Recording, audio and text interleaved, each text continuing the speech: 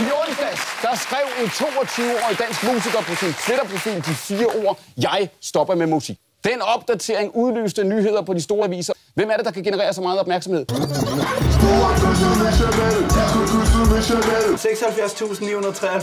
Det er 4.000 på et par timer.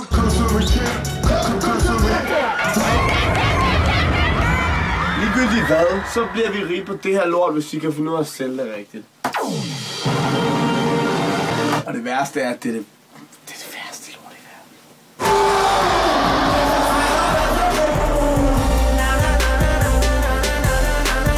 Er der ikke noget cigaret?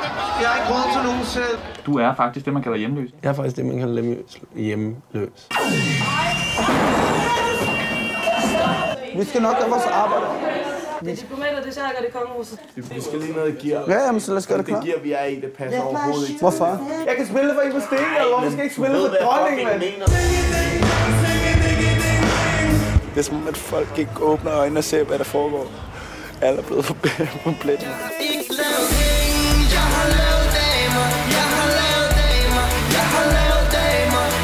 Så har jeg fået herpes.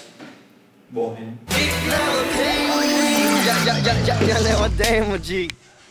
Fuck. Hvorfor kunne jeg glemme teksten? Jeg skal tage kokain. Tror du, det hjælper? Du kan ikke spørge mig, hvad der skete i mandags, det kan jeg ikke huske. Hvad nu, hvis der sker et eller andet, du ikke ved? Hvad nu, hvis du ikke har hånd mere? Hvad fanden er planen? Livet har været for sygt, mand.